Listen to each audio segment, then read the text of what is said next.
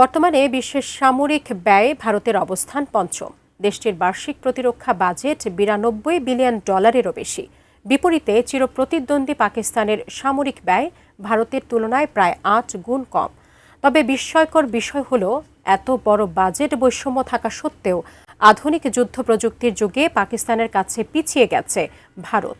বিস্তারিত জানাচ্ছেন তৌফিকুল আশিক।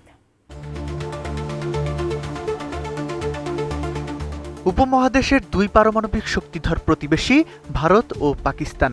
সামরিক বাজেটের দিকে তাকালে দেখা যায় এক পক্ষ অন্য পক্ষের চেয়ে প্রায় 8 গুণ বেশি শক্তিশালী। কিন্তু বিবিসি বাংলার প্রতিবেদন বলছে, সামরিক বাজেট কম হওয়া সত্ত্বেও সশস্ত্র বা অ্যাটাক ড্রোন ক্রয়ের ক্ষেত্রে পাকিস্তান ভারতের চেয়ে অনেক দ্রুত ও কৌশলগতভাবে এগিয়ে গেছে।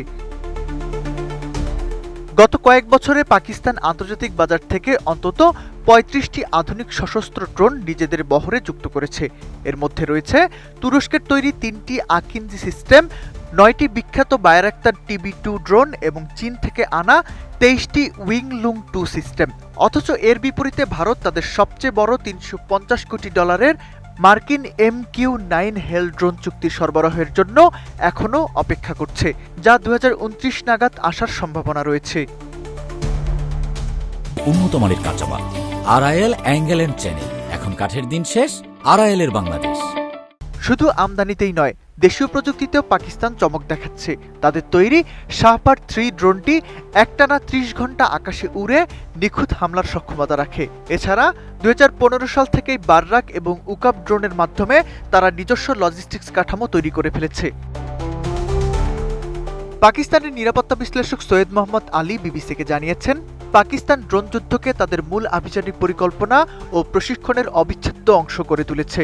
ফলে কম খরচে আকাশের এক অবেধ্য সুরক্ষা ক্ষেত্র তৈরি করতে পেরেছে তারা।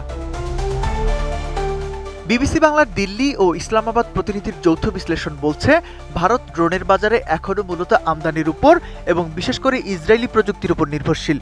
নজরদারির জন্য তারা ইসরায়েলের হেরন এবং সার্চার ড্রোন ব্যবহার করলেও লয়টারিং মিউনিশন বা কামিকাজি ড্রোনের ক্ষেত্রে তারা বড় ঝুঁকিতে রয়েছে। আর এই ঝুঁকির প্রধান কারণ হলো চীনের ওপর অতিরিক্ত নির্ভরতা। প্রতিরক্ষা খাতের বিশেষজ্ঞরা বিবিসিকে জানিয়েছেন, বৈশ্বিক বাজারে ড্রোনের জন্য flight controller, speed controller, receiver transmitter এবং ক্যামেরার মতো মূল যন্ত্রাংশগুলোর একচ্ছত্র অধিপতি চীন। ভারত নিজস্ব প্রযুক্তিতে নাগাস্ত্র বা কোয়াডকপ্টার তৈরির চেষ্টা করলেও সস্তা চীনা যন্ত্রাংশের বিকল্প এখনও দাঁড় করাতে পারেনি।